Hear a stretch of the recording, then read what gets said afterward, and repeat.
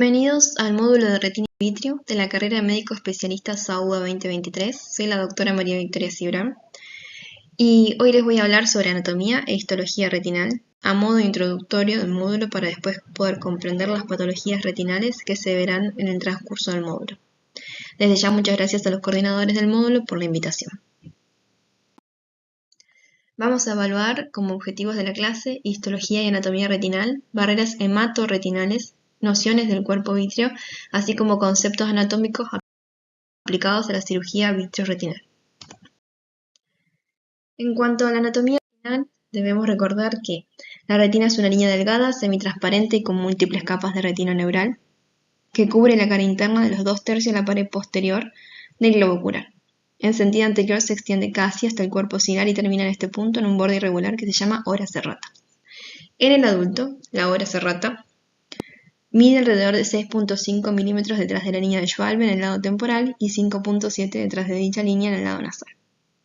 La superficie externa de la retina sensorial está en oposición con el epitelio pigmentario de la retina, de modo que se relaciona con la membrana de Bruch, la coroides y la esclerótica. En casi toda su extensión, la retina y el epitelio pigmentario de la retina se separan con facilidad y forman un espacio subretiniano, como ocurre con el desprendimiento de retina. Sin embargo, en el disco óptico y la ora serrata, ambas estructuras están fijadas con firmeza entre sí, lo que restringe la dispersión de líquido subretiniano cuando hay un desprendimiento de retina. El espesor de la retina es de 0.1 milímetros junto a la ora serrata y 0.56 en las partes del poro posterior. En el centro de la retina posterior está la mácula con un diámetro de 5.5 a 6 milímetros, definida en clínica como el área entre arcadas vasculares temporales de la retina.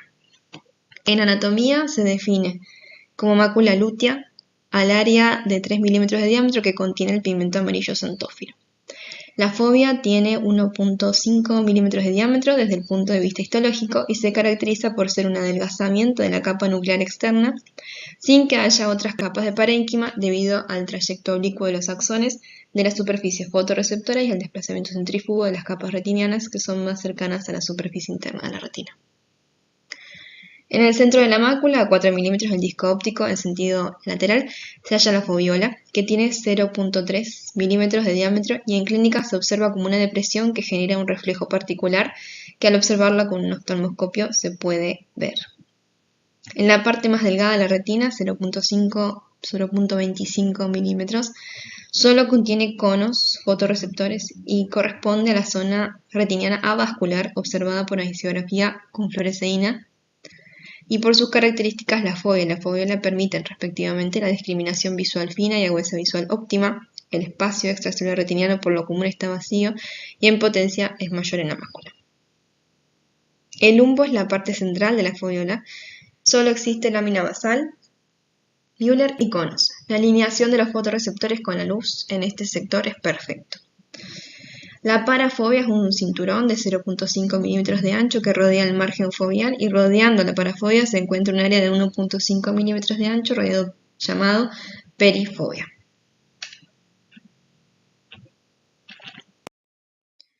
Vamos a hablar un poco de histología retinal antes de comenzar con la microarquitectura retinal. Vamos a comenzar con los fotorreceptores. La retina contiene alrededor de 120 millones de bastones y 7 millones de conos que no se distribuyen por igual en toda la porción fotosensible de la retina. En la fovea central se detecta la mayor densidad de conos, lo que corresponde a una mayor agudeza visual y visión en colores. Y la mayor densidad de bastones está por fuera de la fovea central y esta disminuye de forma constante hacia la periferia de la retina. No hay bastones en fovea central ni en el disco óptico que está desprovisto de cualquier fotorreceptor. Los bastones son de unas 2 micras de espesor y 50 micras de longitud que oscilan entre 60 micras en la fovea y 40 micras en la periferia. La longitud de los conos varía entre 85 micras en la fovea y 25 micras en la periferia de la retina. Desde el punto de vista funcional, los bastones son más sensibles a la luz y son los receptores utilizados en condiciones de baja intensidad luminosa. Los pigmentos de los bastones tienen una absorción máxima a 496 micras de espectro visual y la imagen obtenida se compone de tonos gris. En cambio, hay tres clases de conos, L, M y S, sensibles a longitudes de ondas largas, medias y cortas, respectivamente. Son menos sensibles a la intensidad de luz baja, pero más sensibles a las regiones de color rojo, verde y azul del espectro luminoso. Cada clase de cono contiene una molécula diferente de pigmento visual que se activa por absorción de la luz en las longitudes de onda azul, verde y rojo del espectro cromático. Cada fotorreceptor está compuesto por tres partes, tanto el cono como el bastón. Tienen un segmento externo, más o menos cilíndrico o cónico, de ahí la diferencia de cada uno. Esta porción está en relación estrecha a las microvellosidades que sobresalen de las células epiteliales del pigmento contiguo, que vamos a ver en detalle más adelante. Tienen un pedículo de conexión que contiene un cilio compuesto por 9 dobletes periféricos de microtúbulos que parten de un cuerpo basal. Este pedículo de conexión aparece como una región estrechada de cada célula que une el segmento interno con el externo. El segmento interno se divide en un elipsoide externo y una porción mioide interna. Este segmento contiene una dotación de orgánulos típicos de células activas de la síntesis de proteínas. El aparato de Golgi prominente y los ribosomas libres se concentran en la región mioide. Las mitocondrias son abundantes en la región elipsoide y los microtúbulos se distribuyen por todo el segmento interno. En la parte elipsoide externa, las raíces fibrosas con estriaciones transversales pueden extenderse desde el cuerpo basal entre las mitocondrias. El segmento externo es el sitio de fotosensibilidad y el segmento interno contiene la maquinaria metabólica que sustenta la actividad de células fotorreceptoras.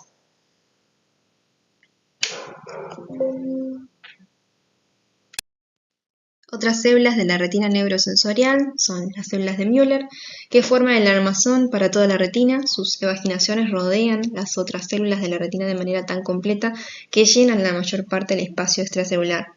Los extremos basal y apical de las células de Müller forman las membranas limitantes internas y externas, respectivamente, y las microvellosidades de superficie apical están ubicadas entre las células fotorreceptoras de conos y bastones. Las células bipolares, sus evaginaciones se extienden hasta las capas plexiformes interna y externa. En las regiones periféricas de la retina, los axones de las células bipolares pasan por la capa plexiforme interna, donde establecen sinapsis con las células ganglionares. A través de estas conexiones, las células bipolares establecen relaciones sinápticas con múltiples células en cada capa, excepto la fobia central, donde las sinapsis serían con una sola célula ganglionar para permitir una agudeza visual mayor en esta región. Las células horizontales, sus evaginaciones se extienden hasta la capa plexiforme externa, donde se entremezclan con las evaginaciones de las células bipolares. Estas células establecen sinapsis con las espérulas de bastones y los pedículos de los conos y las células bipolares. Se cree que este acoplamiento eléctrico de las células afecta el umbral funcional entre conos, bastones y células bipolares.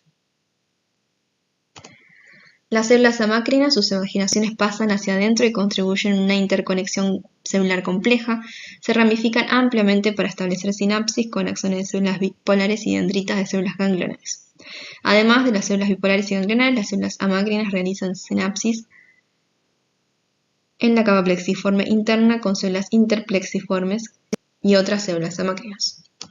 En cuanto a las células interplexiformes, sus evaginaciones establecen sinapsis entre capas plexiformes internas y externas, donde transmiten impulso desde la primera hacia la segunda. Y en cuanto a los astrocitos, se caracterizan por su cuerpo celular aplanado y una serie de procesos radiales. Estos procesos están llenos de filamentos intermedios que se encuentran casi exclusivamente a nivel de la capa de fibras del nervio óptico. Su morfología cambia según la localización, de manera que pasan de ser muy elongados a nivel de la retina central a una morfología estrellada a nivel de la retina periférica. En cuanto a las células ganglionares, son células multipolares grandes que miden alrededor de 30 micras de diámetro. Poseen un núcleo redondeado pálido con nucleolos prominentes y corpúsculos de Nissen en su citoplasma. Del soma neuronal rodeado surge la prolongación axónica que continúa hasta abandonar el ojo como parte del nervio óptico. Las dendritas se ramifican por el extremo opuesto de la célula dentro de la capa plexiforme interna. En las regiones periféricas de la retina, una sola célula ganglionar puede hacer sinapsis con un centenar de células bipolares. Muy por lo contrario, en la mácula lútea que rodea la fóvea central, las células bipolares son más pequeñas, algunos se las denominan células bipolares enanas, y en general hay una sola sinapsis entre cada una de ellas y con una célula ganglionar. En la mayor parte de la retina, las células ganglionares contienen un solo estrato de células, sin embargo, en la mácula se apilan para formar hasta 8 estratos, aunque desaparecen a la altura de la fobia central.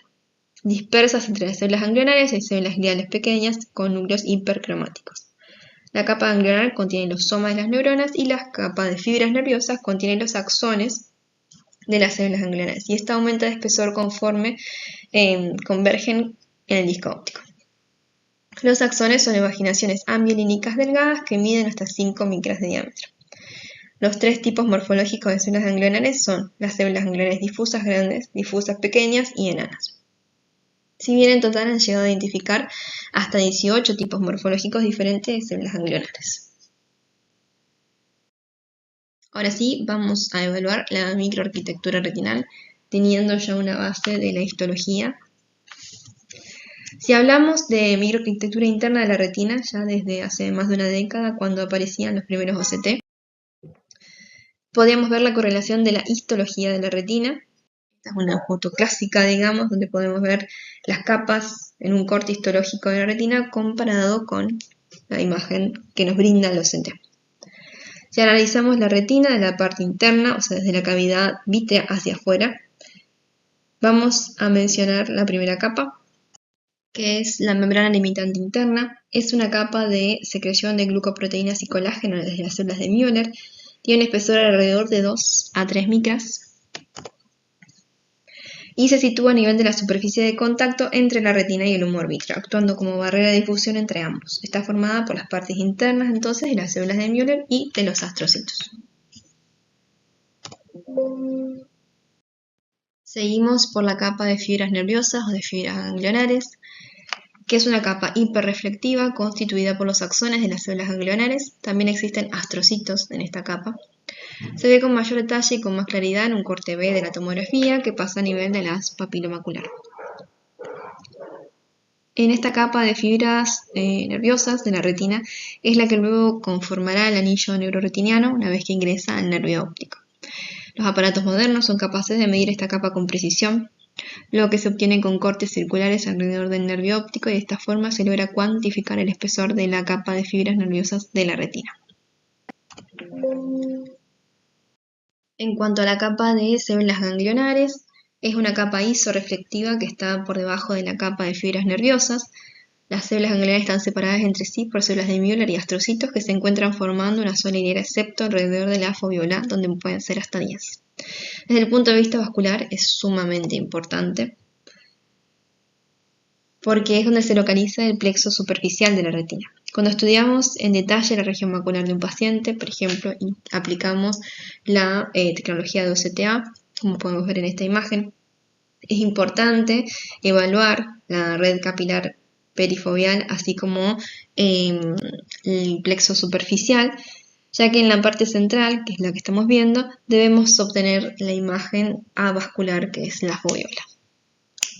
La capa de células ganglionares también puede ser aislada y medida por sí sola. Continuando con las capas de la retina, podemos evaluar la capa plexiforme interna, ¿sí?, que se encuentra en el medio de la retina, por debajo de las células ganglionares. Es un área hiperreflectiva, una capa hiperreflectiva, que suele tener laminillas internas, y recordemos que esta capa es donde ocurre la sinapsis entre las células bipolares amacrinas y las células ganglionares. El trayecto de las imaginaciones es paralelo a la membrana limitante interna, por lo que a veces puede adquirir un aspecto de estriaciones horizontales. Luego sigue la capa nuclear interna, ¿sí?, que es una capa hiporreflectiva, sumamente importante porque es donde se encuentran los núcleos de las células bipolares amacrinas horizontales y también las células de Müller, y desde el punto de vista vascular adquiere relevancia porque su límite superior y el límite inferior es donde se encuentran los plexos vasculares, tanto medio como profundo. Acá podemos ver, si estudiamos por OCTA la parte vascular de la retina, vemos que hay 3 plexos claramente diferenciados: el plexo superficial, en la parte de arriba de la pantalla, que es el que se encuentra en la capa de células ganglionares, como comentaba anteriormente; el plexo medio y el plexo profundo, que flaquean el borde superior e inferior de la capa nuclear interna. Sabemos claramente que la retina es un órgano sensorial que está directamente involucrado con la percepción de luz. Entonces, un estímulo luminoso produce directamente una reacción vascular, que se ha denominado hiperemia funcional. Esto se denomina como una activación de las células retinianas por la luz. Estas neuronas, al reaccionar y ponerse activas, demandan una mayor cantidad de oxígeno para su funcionamiento, y la luz entonces hace que los vasos de los tres plexos de la retina reaccionen también dilatándose. Esto se ha denominado como hiperemia funcional y tendría como objetivo lograr una mayor disposición de oxígeno para el normal funcionamiento de las células que transmiten la luz.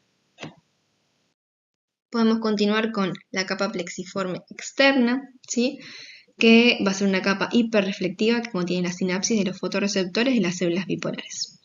Está formada por las imaginaciones de los bastones y los conos y las células horizontales, interplexiformes a máquinas y bipolares. Estas permiten el acoplamiento eléctrico entre las células fotorreceptores y las interneuronas especializadas a través de la sinapsis. La capa nuclear externa que vamos a estudiar está compuesta por núcleo de fotorreceptores, y al estudiar la misma nos vamos adentrando ya específicamente en el centro de la región macular, en la fovea y también en el lumbo. Y vemos que en esta zona la retina tiene una microanatomía compleja, que es muy importante tenerla en cuenta porque muchos de los procesos patológicos que llevan a la pérdida visual ocurren en esta pequeña porción central de la retina. Continuamos con las capas externas de la retina neurosensorial. Podemos comenzar con la membrana limitante externa, que está formada por una placa que se encuentra a nivel de la base del segmento interno del fotorreceptor, que es donde llegan las células de Müller y terminan produciendo la adherencia particular a esta área que se da el tinte hiperreflectivo a la línea. Entonces podríamos definir la membrana limitante externa como el sitio de unión de las células de Müller con la base del segmento interno del fotorreceptor. Continuando, está la zona mioide, que es hiporreflectiva. La zona mioide está representada por el interior del fotorreceptor como una porción del segmento interno. Se ve hiporreflectiva ya que es un área del fotorreceptor donde no hay proteínas. Continuamos con la zona elipsoide, que se vuelve hiperreflectiva, al igual que la membrana limitante externa, y en este caso esta membrana es hiperreflectiva porque en esa zona del fotorreceptor se concentra la mayor cantidad de mitocondrias, que son estructuras que están fuertemente cargadas de proteínas, que le da la hiperreflectividad. Luego tenemos ya el segmento externo del fotorreceptor con sus discos que van a formar la zona de interdigitación, que está en contacto directo con el epitelio pigmentario. Bien, terminando con la neuroretina, podemos continuar con el epitelio pigmentario de la retina. Es una capa unida a fotorreceptores de forma muy estrecha con interdigitaciones que aumenta el contacto entre ambas capas. Las células del epitelio pigmentario son importantes para el metabolismo adecuado tanto de conos como de bastones. Se las considera parte de la retina, aunque es la única capa que no forma parte de la neuroretina, es decir, que no interviene directamente con la transmisión sináptica del estímulo visual. Constituye una sola capa de células, las cuales están firmemente unidas entre sí y tienen una forma poligonal. Sus núcleos son redondos y ovales, y en las zonas periféricas pueden llegar a tener varios. Posee una base y un ápex, en el cual está infiltrado de segmentos externos de conos y bastones. Las células del epitelio pigmentario miden entre 16 micras de diámetro por 10 a 14 micras de altura. Las de la fovea son más altas y son más estrechas. Todas contienen melanina, pero en mayor concentración las del área macular. La concentración de este pigmento disminuye con la edad y es parte de la barrera hematorretiniana, como veremos a continuación. Podemos continuar hablando sobre las capas coroideas, ¿sí? Desde el punto de vista estructural, la coroides tiene 5 capas. Está compuesta por la membrana de Bruch, que es la membrana basal de los capilares endoteliales, es la capa interna de la coroides, la coriocapilaris, que es la capa de capilares fenestrados, la capa de Sattler, que son arteriolas de mediano calibre, y la capa de Hagner, que son arteriolas de gran calibre. Y luego está la supracoroides, que es la transición entre coroides y esclera. Para ampliar un poco la información sobre la membrana de Bruch, recordemos que es una estructura pentalaminar compuesta por 5 capas, ¿sí? La membrana basal del EPR, la membrana colágeno interna, la membrana elástica, la membrana colágeno externa y la membrana basal de la coriocapilaris. Tiene funciones específicas, como la estructural, que es de soporte físico con adición al EPR y migración y diferenciación celular. de transporte con relación a las moléculas de difusión a través del EPR y la coroides, y la función de barrera que ayuda o apoya el epitelio pigmentario, actuando como una capa semipermeable para moléculas de gran tamaño, restringiendo la coroides con propiedades antiangiogénicas, ayudando a prevenir la invasión de los vasos coroidales tanto al EPR como a retina neurosensorial. Como todo, también podemos ver que tiene cambios con la edad. El engrosamiento difuso de la membrana de Bruch, que es por acumulación de sustancias que no han sido debidamente transportadas o excretadas al sistema vascular, estas sustancias forman depósitos que cuando crecen forman las drusas sobre la membrana de Bruch, entre coroides y el EPR, y crecen empujando el EPR hacia el lado retinal.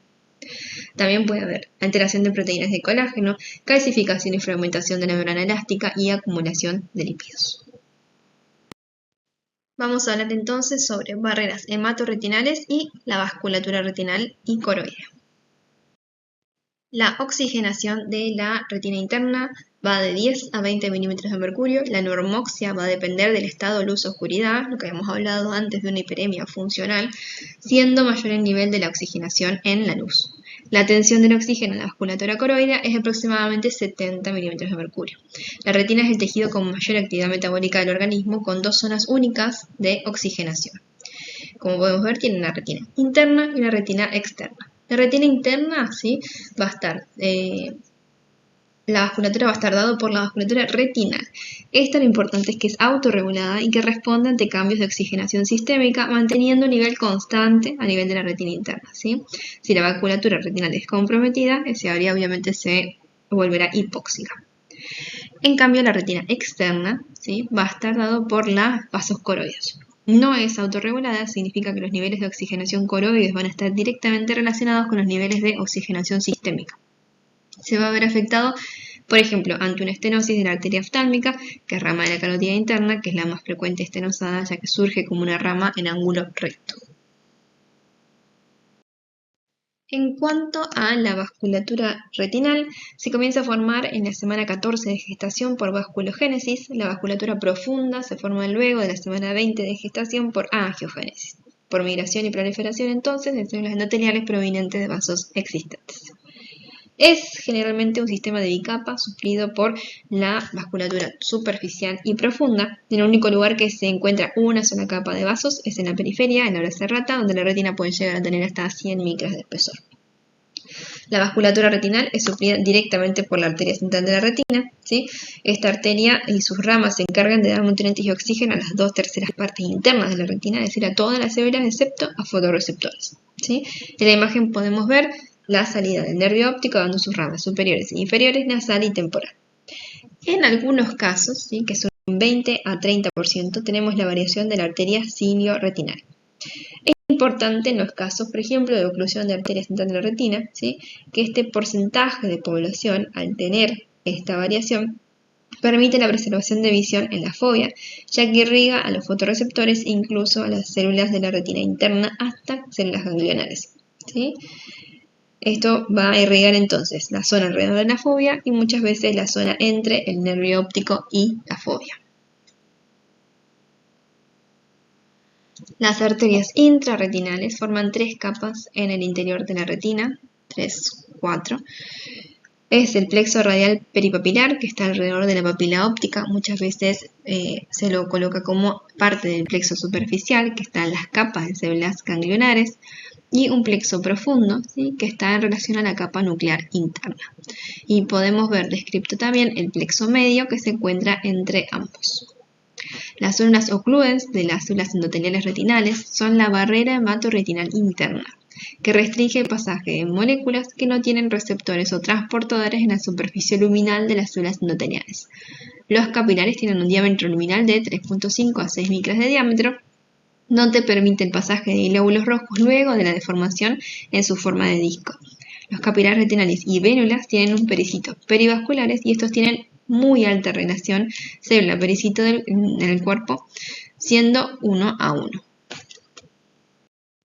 En cuanto a la circulación coroidea, ¿sí?, se forma antes que la vasculatura retinal, entre las 6 a 9 semanas de gestación, pero la maduración es completa luego de la semana 20 de gestación y se forma por hemovasculogénesis. La coroides es la zona vascular más vascular del ojo y es una de las zonas más vasculares del organismo. Los vasos de la coroides provienen de las arterias ciliares posteriores y anteriores, que a su vez son vasos originados por la arteria oftálmica. Ahí podemos ver en la foto, ¿sí? Los vasos ciliares cortos perforando la esclerótica y se puede ver a los vasos ciliares anteriores y largos que van a dar irrigación al iris y al cuerpo ciliar. Las arterias ciliares cortas penetran en la esclera a la altura del nervio óptico para formar las arteriolas de las capas externas de la coroides, que dan las ramas perpendiculares que forman lóbulos capilares, que son los capilares que están adyacentes a la membrana de Bruch. Estas son las que realizan el intercambio entre nutrientes entre el EPR y la coroides. Entonces, la circulación coroidea provee oxígeno y nutrientes a los fotorreceptores. Su sistema capilar llamado corio capilaris se encuentra directamente por debajo de la membrana de Bruch, donde intermedia con los grandes vasos que se encuentran posterior a ella. Las arterias ciliares largas y cortas proveen de la vasculatura coroidea y las 4 a 6 venas vorticosas remueven la sangre de este sistema. A diferencia de la retina, tienen una conformación lobular y la densidad va a depender del área. Otra diferencia con la retina es que los capilares tienen un diámetro entre 10 a 38 micras de diámetro y estos son fenestrados, ¿sí?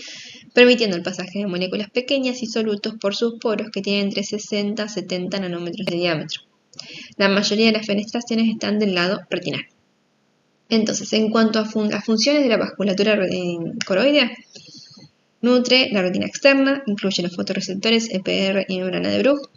Realiza la termorregulación, extrae grandes cantidades de calor que se generan por los procesos metabólicos, especialmente en las células a nivel macular. Ayuda a la absorción de la luz por la presencia del pigmento y modula la presión intraocular y absorción del humor acuoso. Vamos a hablar un poquito más sobre el epitelio pigmentario de la retina, ¿sí? Es un epitelio de una sola célula de espesor. Las células son hexagonales y unidas por zonas ocluens en un tejido especializado entre los fotorreceptores y la coroides. La característica de polarización está dada por las membranas. La membrana apical es diferente a la lateral y tiene muchas funciones, pero dentro de las más importantes tenemos la relación con el ciclo visual, la fagocitosis de segmentos externos de los fotorreceptores, la secreción de moléculas, la inmunomodulación y el transporte epitelial.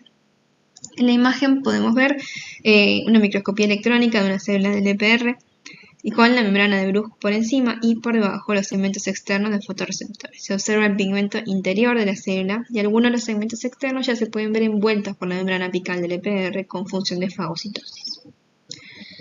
Entonces, dentro de las funciones tenemos la del ciclo visual, que una vez que la luz impacta en la retina, el cromófobo 11 cis retinal cambia su conformación a OL transretinal, que esta conformación que luego va a pasar por la proteína APCA4, ¿sí? Que recordemos que su mutación puede causar la enfermedad de Stargardt. Se produce por la transformación de OL transretinol, que es un alcohol con una deshidrogenasa. Este alcohol va a agarrar una proteína transportadora, la IRBP, que lo transporta al fotorreceptor de la célula del EPR. Es ahí donde el cual, luego de una sucesión de enzimas, se transforma nuevamente en 11 cis retinal que lo vuelve a transportar mediante el IRBP y lo vuelve a transportar hacia el fotorreceptor. Todas estas proteínas están relacionadas con el ciclo visual y la alteración de cada una de ellas produce una patología específica. La fagocitosis comienza cuando el segmento externo del fotorreceptor se pega al receptor integrina de la membrana celular y una vez que se pega al receptor se genera una señal intracelular aumentando así el inositol trifosfato que lleva a la ingestión del fotorreceptor, en el cual interviene el receptor CD36. En cuanto a la secreción e inmunomodulación, hay múltiples moléculas secretadas por el EPR que están relacionadas con la estabilidad de los fotorreceptores de la coroides y la inmunomodulación genera un efecto protector del EPR modulando el pasaje de las moléculas inmunes como las interleuquinas. También hay un importante transporte de iones hacia ambos lados con regulación del pH, por lo tanto tiene una función buffer. Hay 5 tipos de transporte del EPR. Tenemos la difusión paracelular, que es a través de regiones intercelulares o células ocluens que intervienen en el pasaje de pequeños solutos. La difusión facilitada, que es por creación de canales o transportadores, por ejemplo en GLUT1 para el transporte de glucosa. El transporte activo, dado por la sodio-potasio ATPasa para transportar iones en contra de su concentración. La transcitosis, que transporta macromoléculas por formación de vesículas que viajan por dentro de la célula y se unen a la membrana de la célula, haciendo que el contenido de la vesícula pueda ser excretado, y la modificación por solutos, que está relacionado con el ciclo visual. Por lo que con todo lo dicho anteriormente se puede concluir que el epitelio pigmentario es la barrera hematorretinal externa y está formada por las zonas ocluidas entre las células del EPR. Recordemos que la formación y el mantenimiento de las barreras hematorretinales mantienen la visión normal, por lo que su alteración produce diversas patologías que vamos a ir viendo en el módulo. Bueno, para hablar un poco de humor vítreo, ¿sí? Conocer un poco más de su composición y su función.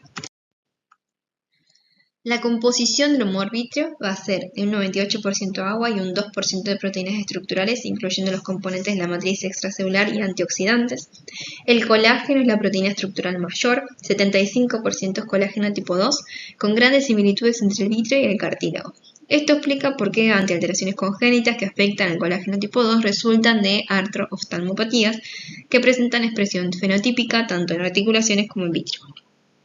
El 15% del colágeno es el tipo 9, que estabiliza las fibras de colágeno tipo 2, y una importante función del vítreo es mantener la transparencia del ojo, por lo que también podemos encontrar el colágeno tipo 18, que es el progenitor de la endostastina, que este es un potente inhibidor de la angiogénesis, inhibe la migración de las células y la proliferación, que es la llave para el efecto antiangiogénico. A su vez también promueve el estado del vítreo sin células de inflamación, de infección u otros mecanismos. Podemos encontrar también glicosaminoglicanosos, predominantemente hialuronano con condroitinsulfato y heparansulfato, proteínas estructurales no colágenos de tipo fibrilinas y el antioxidante, mayormente vitamina C, que es sintetizado por el cuerpo ciliar. En cuanto a la embriología, durante la invaginación de la vesícula óptica, en la embriogénesis temprana podemos encontrar lo que se podría denominar como vítreo primario, ¿sí? Que se forma del cristalino y la membrana limitante interna de la retina, y el secundario, que se desarrolla luego a partir de la retina y del mesodermo del sistema vascular hialoide. En cuanto a variaciones topográficas, recordemos que el vítreo tiene mayor adhesión a la base vítrea, incluye los 2 milímetros posterior a la par plana y se extiende de 1 a 4 milímetros posterior a la base rata, que varía con la edad, y la membrana limitante interna se afina o puede estar ausente en grandes vasos retinales, y esto hace que en algunos puntos el vítreo puede encarcerarse en la retina directamente continuo al tejido perivascular y crear una fijación llamada banda vitreoretina vascular, o también se llaman spider-like bodies. Por eso es común asociar a los vasos retinales con rarefacción paravascular, pits retinales o desgarros o avulsión de los vasos retinales. En cuanto a la función, recordemos que el vítreo es importante para mantener la transparencia, para la transmisión máxima de fotones. A su vez, mantiene la transparencia del cristalino, ¿sí? Evitando los efectos de la reacción oxidativa del oxígeno a las proteínas lenticulares, previniendo así la formación de cataratas, ¿sí? Por eso muchas veces lo podemos encontrar que luego de una vitrectomía la formación de cataratas se hace aún mayor. El efecto antioxidante es principalmente por el ácido ascórbico, que tiene altas concentraciones en vítreo. En cuanto a la interfase vitreoretinal, las interfaces ecuatoriales y posteriores vitreoretinales consisten en la corteza vítrea posterior, la membrana limitante interna de la retina y la matriz extracelular. Entonces, en cuanto a la corteza vítrea posterior, tiene entre 100 a 110 micras de espesor y consiste en un paquete denso de fibras de colágeno. No hay corteza vítrea a nivel del disco óptico y es muy fina sobre la mácula. El agujero peripapilar puede visualizarse a veces clínicamente luego del desprendimiento del vítreo posterior como el anillo de Weiss. Los hialocitos, que son células mononucleares en la corteza vítrea posterior, pueden ser identificados con marcadores CD45 o CD64. Están ampliamente separados por una monocapa con densidad mayor en la base vítrea y seguida en el polo posterior, y con menor densidad en el ecuador. Estos hialocitos sintetizan hialuronato, manteniendo la síntesis y el metabolismo de glicoproteínas y sintetizando también colágeno y enzimas. La capacidad de fagocitar de los hialocitos también fue descrita y es indicado y estimulado por un antígeno, induciendo a la respuesta inmune. Luego, la membrana limitante interna de la retina es una estructura multilaminar, como estuvimos viendo, de espesor variable adyacente a las células de Müller. Es muy fina en cuanto mayor son los vasos retinales, donde el defecto permite a las células gliales a extenderse en la retina interna. y consiste de colágeno tipo 4, más abundantemente del lado interno, y la mielina, que es más abundante del lado retinal. Está asociado a glicoproteínas, colágeno tipo 6, que contribuye a la adhesión vitreoretinal, y tipo 18, que brinda, se une al heparansulfato y contribuye a la adhesión vitreoretinal. El colágeno tipo 18 también previene la migración de células desde la retina al vitreo, como habíamos hablado previamente. La matriz extracelular está compuesta por fibronectina y la mielina y otros componentes como condroitinsulfato, que está presente en los lugares de mayor adhesión vitreoretinal, como la base vítrea y el disco óptico. Para terminar, vamos a hablar sobre conceptos anatómicos para cirugía vitreoretinal. Es importante tener el conocimiento acerca de puntos de referencia de gran importancia, ¿sí?, para poder realizar, por ejemplo, incisiones quirúrgicas de manera segura, menos traumática y menos vascular. Los cirujanos vitreoretinianos tienen que estar al tanto sobre puntos de referencia, dimensiones anatómicas, distancias, fuerzas de adhesión entre capas y ubicaciones de vasos sanguíneos, anastomosis, para contribuir de mayor o menor medida a la facilidad y la seguridad de la cirugía. El conocimiento de la anatomía quirúrgica ayuda al cirujano a planificar el método o el manejo del tejido, por ejemplo, la peritomía, la tracción de una sutura, la punta de entrada de un trocar, ¿sí?, o el sitio de drenaje, por ejemplo, del líquido subretiniano. Algo importante a tener en cuenta es la unión conjuntiva epiesclera. La conjuntiva vulvar está fuertemente adherida al limbo y conjuntiva y el tejido epiescleral a unos 2 a 3 milímetros por detrás del limbo. Así, las incisiones de la peritomía se deben realizar preferiblemente de los 3 milímetros más allá de los 3 milímetros. Esto tendría varias ventajas, como minimizar el exudado de los vasos sanguíneos epiesclerales, lo que puede dificultar la visualización, por ejemplo, luego, la preservación del plexo neurovascular perilímbico y células madre, y mejor cierre y cicatrización. Debemos recordar, por ejemplo, que la conjuntiva se vuelve más delgada y frágil con la edad, por lo que debe manejarse con mayor delicadeza en adultos mayores, por ejemplo, mediante el uso de forceps de pinzas sin dientes para no desgarrar la conjuntiva, y suturas de cuerpo redondo para ayudar un poco más a ser más gentil con el tejido. Por el contrario, el tejido epiescleral en jóvenes es exuberante, y a veces puede aumentar el riesgo de efectos secundarios como la retracción conjuntival y la formación de granulomas. Para esto hay que hacer un cierre del tejido epiescleral y conjuntival como 2 capas separadas y anclarlos al tejido perilimbar, ¿sí? En algunas situaciones es incluso mejor extirpar el exceso de tejido epiescleral, pero son situaciones más específicas. Es importante conocer la presencia de los tabiques intermusculares o ligamento de Guerin. Es un tejido facial laxo que envuelve todos los músculos extraculares y capas sobre la superficie escleral. Es necesario retraer o mover el tejido a un lado en los 4 cuadrantes para poder obtener acceso claro a la superficie escleral. El no hacerlo puede a veces traer dificultades, por ejemplo, en la colocación de una marca escleral para la localización de las roturas retinianas, pasar las suturas esclerales, ¿sí?, y pasar o colocar la banda o el cerclaje. La separación de los tabiques intermusculares se consigue utilizando una tijera, ¿sí?, como podemos ver en la imagen. Siempre obviamente teniendo cuidado, ¿sí?, evitando que las hojas de la tijera queden pegadas a la esclerótica, o para evitar roturas inadvertidas, y separarlos con una disección en lo posible roma. Hay 7 arterias musculares, todos los músculos rectos, excepto el recto lateral, es irrigado por un par de estas arterias, y es importante no lesionarlas, estos vasos, para que no aumente la posibilidad de isquemia postoperatoria del segmento anterior. Estos vasos se encuentran dentro de la vaina facial, a lo largo de la superficie inferior de cada músculo, por lo que el potencial daño ocurre en las disecciones de tejido más traumáticas. Es útil conocer la distancia al limbo en la que se insertan los músculos extraoculares y el ancho de estas inserciones.